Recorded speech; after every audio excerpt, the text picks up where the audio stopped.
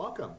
Welcome to today's session of virtual proactive identity verification strategies to avoid account takeover. My name is Eric Choi. I am the Chief Marketing and Strategy Officer at People. I've been focused on identity for my entire career from a B2B sector. And my mission has been about focusing on companies' need to safeguard the entire transaction lifecycle. And at the end of the day, it's all about creating a safer world for our digital consumers. I have the pleasure having an amazing colleague join me on this session, Brandon Short from Priceline. Hey, Brandon, would you like to share a few words about yourself? Sure, and great to see you again, Eric. My name is Brandon Short. I'm the senior fraud manager at Priceline, and I've been in the fraud and risk industry for over 15 years. I've seen the trends change and the tools change that we have, and just the overall fraud landscape change a great deal in those years. Thanks to the MRC for having us here today, and yeah, I'm excited for this session. All right, so let's talk about the session that we had in Vegas, and I know what happens in Vegas stays in Vegas, but in this case, we're here to refocus and discuss, does ATO still matter? And I think that's absolutely critical in the world that we're in today, that from that perspective, ATO, account takeover, is absolutely still on the rise. From that perspective, we see that in general, some of the most recent stats I've seen is that over 22% of US adults have been victims of ATO, account takeover. And unfortunately, account takeovers can account for over 30% of e-commerce fraud. And the reality is that we live in a new norm. COVID-19 has completely changed the way we work, the way we engage, the way we send presents and gifts over to recent graduates, or let's say new college applicants. And unfortunately, that's the new norm. So the core fundamentals from that perspective is that we have to be able to trust our customer. We have to be able to trust our customer because I think the audience, and hopefully Brandon, you all will agree with me, that most, and I say most, I'm talking a majority of our customers are good. Unfortunately, we live in a world where the consumer identity is vulnerable. And because of this vulnerability and the fear that we need to create this safer world for everybody else, oftentimes we treat our customers without knowing and unintentionally like criminals. So the concept of personalizing security and these privacy issues that we deal with, we have to balance that. What I mean by balance that is that minimizing the consumer friction from their journey, consumer life cycle, and the need to be able to create a safer world for everyone to be able to transact. We're constantly struggle. Our merchants, our customers who service our consumers are constantly struggling to balance that. So at the core of all of this, and what we want to talk about today in the next few slides, is the concept of that one identity. It's the concept that an identity that you can trust, how we can manage that to support loyalty programs, to be able to address guest checkouts, and to create a smooth experience. But at the same time, the notion that we have to have a policy and procedure that's continuously adapting to consumer behavior around trust. Because reality is that standard protocol, such as multi-factor authentication, is just not enough these days. In fact, multi-factor authentication can be an inhibitor of that positive consumer experience. And we have to be able to minimize risk. And while I would actually say optimize for customer experience with more more signals and richer analytics. And I think Brandon here has a fantastic story about SIM swaps that he'll share with you later. So, with that note, should we go deeper? Tell us a little bit about Priceline. Tell us about where Priceline sees account takeover, and how do you use proactive identity solutions today? Sure. So let me touch on one item first. You mentioned guest checkout, right? So in a perfect world, all your customers would have profiles that they log into. But I think with most businesses, you have to think about guest checkout because it's kind of the easiest way for your guests to make the purchase and get through that process quickly. So you have to, you're basically trying to piece together a puzzle and build the identity from scratch. So, it's vital to be able to tie the individual attributes to other orders. And if you have the ability, it's also very helpful to utilize and rely on a larger network to vet those details. But in terms of, Priceline, as we see, as ATO is on the uptick, you see data breaches in the news, malware, phishing and smishing. These are all becoming more prominent, right? So what are fraudsters doing here? So they're using these methods to gain access to a user's computer, and from there, they're learning this user's behavior and their browsing and their purchasing habits. By so they'll unsuspectingly install keylogging programs, right? And then what they'll do is they can then engineer what appears to be a consistent purchase, so that the IP address, the device info, the billing location, the email pattern, it all looks, what you'd expect from that customer. So what can we do to combat this? And here, yes, so behavioral characteristics are so important here. And as adept as fraudsters have gotten, and they have gotten, very slick and skillful in their ways to get through our systems, they'll generally omit or change something that looks inconsistent, right? And you need to pick up on those omissions or changes. Customer history is extremely important.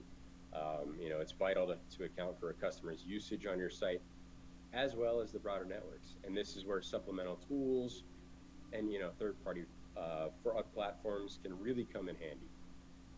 And you also want to keep in mind your customer's digital fingerprint, right? So you want to use your customer's characteristics and habits as a baseline.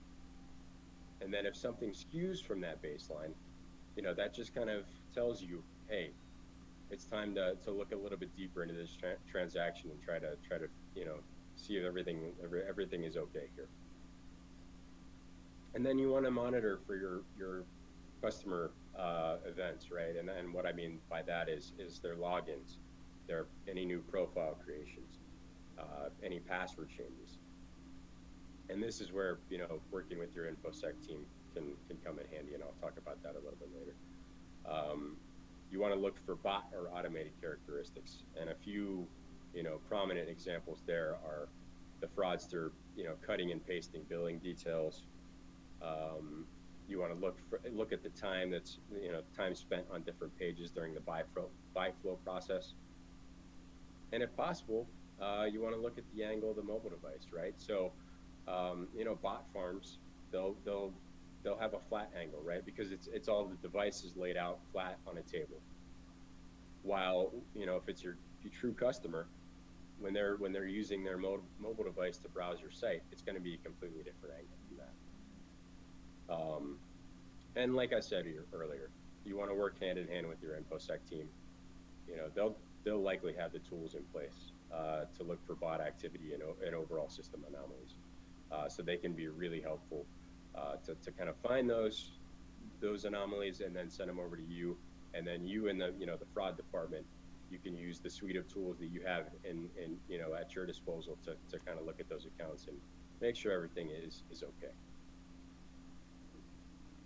That's interesting. I never even thought about the the bot angles, right? How you actually hold your mobile device.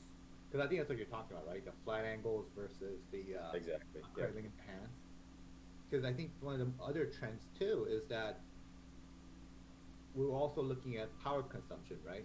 So if they're truly on a mobile device, the power fluctuations may vary, but if they're a bot farm, they have that consistent power for all their mobile devices. And, and, Exactly. and the scary thought here is that the fraudsters are always learning. The bad actors are always learning. So we have to challenge ourselves in terms of constantly upping our game like you provided. So in that sense, um, how we approach this is that every step of the consumer journey, unfortunately, carries risk. And in order for us to apply this concept of continuous adaptive strategy, we have to first break that consumer journey down. And this isn't rocket science. It starts with when a consumer is opening a merchant's account. After they open an account, they may log in. From there, they may make changes to their account in terms of adding a bill to, ship to, or method of payments, and then finally checking out, or in this case, guest checkout. So where that opens up for possibilities of risk is the various policy abuse until the post-transaction occurs. So let's break that down one more time. Let's break that down one more time, and let's look at the core components of the different actions that could take place from a risk perspective. At the first stage of account opening, the consumer's journey, during that consumer's journey, we could be dealing with stolen credentials that are used to establish fake accounts. We could be dealing with situations such as loyalty fraud, excuse me, loyalty fraud, and then card testing. And then as we move into a login phase, credential stuffing can happen on a regular basis. These are the things that we need to watch out for as we continuously look at risk across the entire consumer journey. And then specifically from an account takeover perspective, account changes. These actions are what we experience as consumers for normal activities. Updating a shipping address, or if it's a updating the email address. Think about the impact of COVID-19 and the opportunity for grandmother who lives in the East Coast shipping a present to a grandchildren based in the West Coast who is going to a school in the middle of the States. You're going to see situations where the bill to, ship to, and the account holder is going to be very different. This is a critical opportunity for a account takeover situation when a fraudster or bad actor would perform a normal action in which the bill to, ship to, and the counter does not match. So very simple actions like such as account changes could be at risk from an ATO situation. Moving further, guest checkout and regular checkout. Most statistics tell you that guest checkout is still one of the most prevalent forms of checking out in the e-commerce channel. Well, the reality is that whereas many of us shop regularly on the top retail sites, uh, top online department store sites, we're also not necessarily loyal to one particular e-commerce organization. We go to where the best prices are. And from that perspective, we have been accustomed to providing less amount of information. So the idea of a guest checkout is very, very attractive, and that's an opportunity for, again, managing additional risk.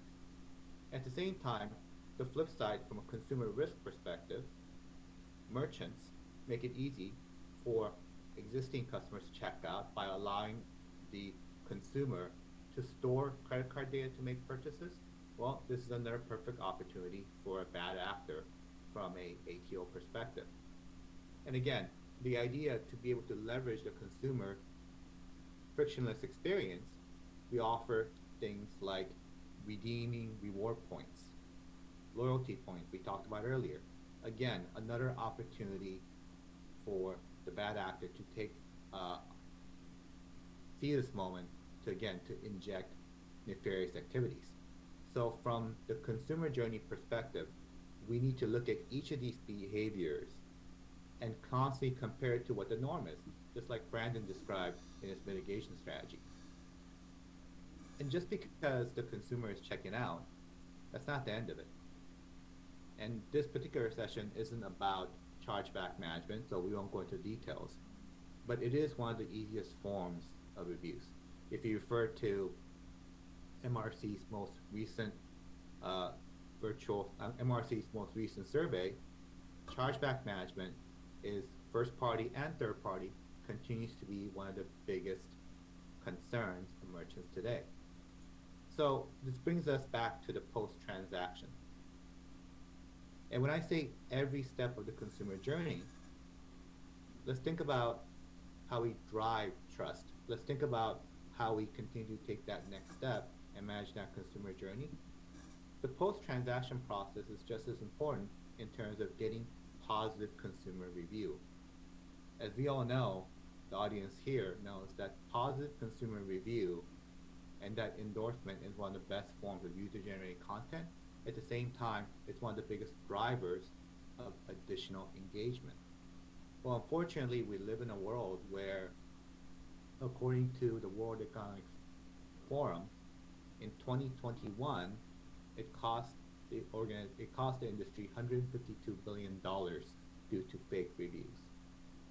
So the entire consumer journey we need to look at. We need to look at the entire consumer journey to make sure that risk is managed each step of the way by looking at the consumer experience, and as Brandon mentioned, that what they do at Priceline, looking at each behavior to be able to compare and contrast that to what the norm is. So from that perspective, let's go a little deeper and let's hear another scenario from the front lines. Brandon, what's another scenario in terms of how fraudsters are blending in? Absolutely, yeah. So, fraudsters, they're going to do their best to blend in to your good customer base, right? It makes sense. And well-established accounts, they carry a premium on the dark web, right? So, fraudsters, they'll use their social engineering skills, and they definitely have those to perpetrate SIM swaps, which I'll touch on a little bit later. And fraudsters, they are aware that we build rules-based risk profiles, right? So they know that established accounts aren't raising red flags, generally speaking. An example of this, you may place a rule that fires when a new email address plus a new credit card attempts to purchase on your site. And fraudsters know this, and that's why they'll try to use established or seasoned accounts to circumvent those rules. So what can we do to mitigate this? KYC, know your customer. It's so important. And this is really where your aggregate search tools can really help to gather all social and billing information across many sites. And in our experience at Priceline, we see many instances where seemingly unrelated individuals are buying travel for one another, right? So we need to use these tools to best kind of peel back the layers of the transaction and make sure that we're confident and that we know that who is behind that transaction. And you want to regularly monitor your fraud rules to gauge their efficacy, right? And tune as needed. So, an example here is you may put in velocity rules to mitigate a fraud pattern, and these will become outdated once you've stopped the initial pattern, right? So if you leave those in, now those rules that you placed to stop the fraud pattern, they might be harming a business trying to book for their employees. So I can't stress enough how important it is to constantly take and it doesn't have to be just a comprehensive look, but just take a look at the top rules that are firing, and make sure that they're up to date and still doing what you expect. outbound calls. I realize this is antiquated in today's fraud prevention, but it still has its place, in my opinion. As long as you're able to vet the phone information, customers, they're generally thankful for this layer of security and this due diligence on your part. And yeah, so I previously mentioned SIM swaps, right? So these scenarios are extremely difficult to combat, as the fraudsters gain control of a potential customer's phone number. So the frauds, what happens here is the fraudster, they'll go into a mobile carrier store, and then they'll use their social engineering skills to convince the rep they've either lost the phone, or they may actually just pay off the rep, and complete the process of porting the victim's info to a phone or a SIM card that's controlled by the fraudster. So, like I said, this is an extremely difficult scenario. But again, this is where outbound calls can be useful as a challenge, right? Your fraud agents, if you have those, these agents in place, they're well versed in the flow of a conversation, and they need to be able to listen to be able to listen for suspicious cues, such as somebody reading off information word for word, or background voices, somebody in the background telling the individual what to say, or pauses to look up information that they're reading off somewhere. And like I said, gut instinct here. Your fraud agents, they're well versed in this. They need to trust their gut. If something doesn't smell right, I always tell my agents to investigate that. Why doesn't it smell right? Why take a deeper look into the transaction to try to make sure that who's behind this booking. And through all of this, you always want to keep customer friction in mind when thinking about authentication challenges, right? You don't want to make your good customers jump through hoops just to buy on your site. It's so important. I couldn't agree with you more. And I think we sort of opened with this too about customer experience or our digital consumers experience.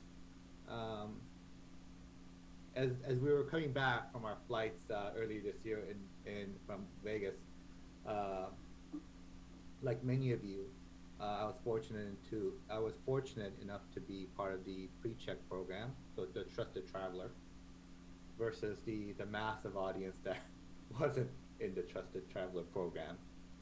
And the pre-check program, we're already verified, we can already be trusted, so we have a fairly smooth experience. I look across the other side, they're taking off their shoes, they're taking out their laptops, they're taking off their coats, and it's not a very good experience from that perspective. And they look over to the trusted side, and I think that's what our consumers expect. They expect that trusted traveler in which they can go through the express process without having to go through this friction. At the same time, your story about your agents, right? To be able to trust their gut, but at the same time balance that with all the different signals that you get, and the difference between the well-established accounts, um, the rule-based risk profile that you're talking about, and the velocity rules that the fraudsters that may already be aware of. At the same time, your agents are constantly tackling that issue. How do you balance that? Yeah, I mean that's the $1 million question, right? It is a tough balance, but I think you and your business have to figure out exactly the balance that's needed, right? So you need to possibly think about machine learning systems, or rules based systems, or a combination of both. And then your fraud agents, you need to think about how intrusive they can be with their reviews, right? So it all it all feeds into a solid fraud defense that you put together. But yes, you always want to keep in mind the customer. That's number one. Keep keep in mind everything that you're making the customer do just to buy on your site. So yeah, it is a balancing act for sure. And each individual business needs to figure out the right balance for their needs. So from that perspective, I think what we need to peel back here and understand is that the true hidden cost of account takeover is this, is that earlier we saw the entire consumer journey where each stage of the phase we need to look for trust. We need to verify, hey, is this reflective? And Brandon clearly talked about the different activities that Priceline goes through in the mitigation strategies. But when we look at the hidden cost of ATO and the lifetime value of a customer, and I think that's the key point that Brandon was hammering there, is it's the consumer experience. Just because of an ATO issue,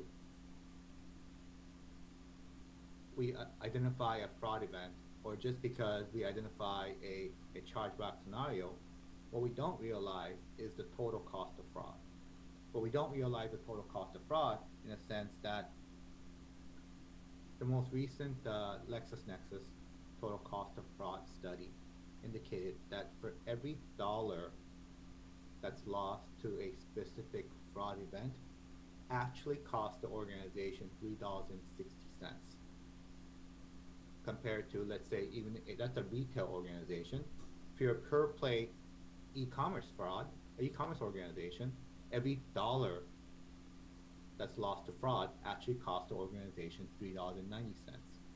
And unfortunately, this ratio is actually increasing year over year. Because if we look at this iceberg concept, is that the true hidden cost of ATO isn't just the top of the iceberg with the immediate fraud that we recognize here, but the cost to the organization. Whether that's related to a negative review, unrelated, or it's related to the organization, such as the fraud investigators, the analysts, or even the organization that's responsible for handling chargebacks. We need to look at the overall lifetime value of the customer and look at how consumer impact due to their experience can be addressed through proper strategies of ATO management, or in this case, account takeover. Brandon, anything else you'd like to add before we move on? Sure, yeah. So, since we've briefly touched on chargebacks, I do want to mention that to me it's vital to vet your chargebacks, right? So, in my experience, you can learn so much from your incoming chargebacks in terms of where your vulnerabilities are, where you might have some weak policies. And this touches on so many departments in your business, right? It might be, your customer service area. It might be, the product areas. So yeah, I just like to stress how important it is to not just take in the chargebacks and then just pay them as they go out the door, but to vet the chargebacks, review them, and try to learn something from them. I think that's extremely important. Thanks, Brandon. So, as we wrap this story up, what I would like to remind everybody here is that ATO is absolutely still on the rise.